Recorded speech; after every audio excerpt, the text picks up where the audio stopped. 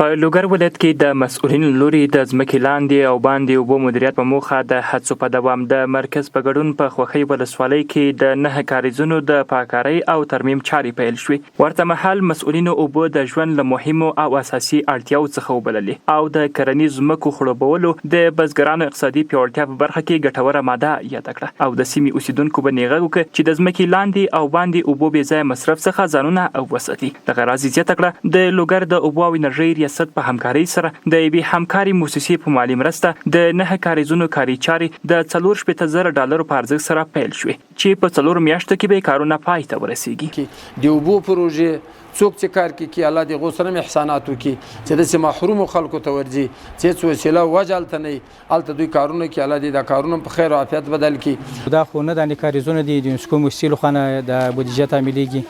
او دا شپږ دانې په مرکز کې دي او 3 دانې په خوښۍ کې دي. بودیجه ټول 4,000 ډالر ده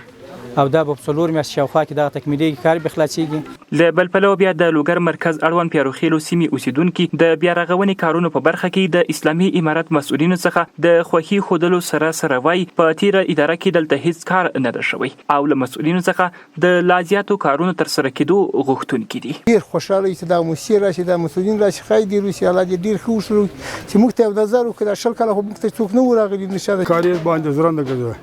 د انقلاب سره په دې ځای کې تورس کار نه شوی. د یادولو وړ ده چې دغه کارېزونو په بیا رغولو سره به له یو اړخه 2000 جریبه کرنیز ځمکه خړوبه شي او له بل اړخه د لاندې مودې لپاره 2200 کسانو ته د کار زمینه هم برابر شوې ده.